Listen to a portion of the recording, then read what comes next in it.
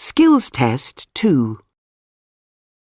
Good afternoon and welcome to What's New This Week. We're going to start with our guest, Mark Tyler. He's a successful horse breeder, but you've been to prison more than a couple of times, haven't you, Mark? That's right, Susan. The first two were short sentences, just a few months, and a bit of community service too. But the third time was for 8 years. So tell us a bit about your early life. How did you end up going to prison?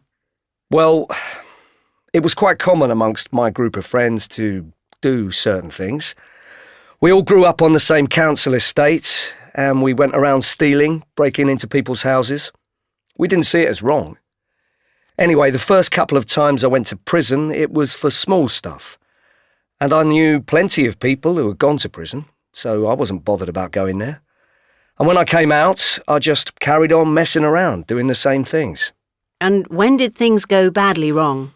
Well, I started hanging about with a seriously bad crowd of people. And they were into bigger things, like selling drugs. And that's another world, really. It's big-time crime, with people getting hurt. And I was part of that. So I ended up in trouble with the police again. But this time I didn't get off so easily. That's right. So this time you were sentenced to 8 years. And what did you think when this happened? I made up my mind to change my ways, to be a good person. A prison advisor actually said to me, you should try and learn something while you're here. Get some training. And I liked this person, so I listened to him and decided, yes, I am going to learn something this time. Because you left school without any qualifications, is that right? Yeah, absolutely. I thought school was a complete waste of time, and I left at 16 with no qualifications at all. But then in prison, the third time, you tried 20 different courses. Yes, I did. I wasn't sure what I'd be good at, so I needed to try a lot of things to find out.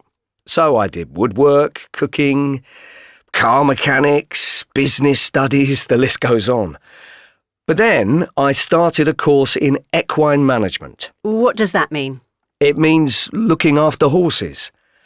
At level 1, we were learning basic skills like how to clean and prepare the stables and take care of the horses. And as soon as I started the course, I knew this was it. This was the turning point for me. OK, and I suppose you did well on the course. Yes, I did. I moved through the levels really quickly, and hardly any of the other prisoners were interested in equine management. So the course organisers were pleased with me for being so hard-working and let me spend a lot of time with the horses. So by the end of level 4, what could you do? Well, I chose to specialise in horse breeding. So when I got out of prison, I started a work placement at a breeder's. And from there, I've moved on to starting up my own business. And what's been your recipe for success? I don't know, really. A huge amount of enthusiasm, hard work, and doing something you feel passionately about. The amazing thing is, though, I would never have got this opportunity if I hadn't gone to prison.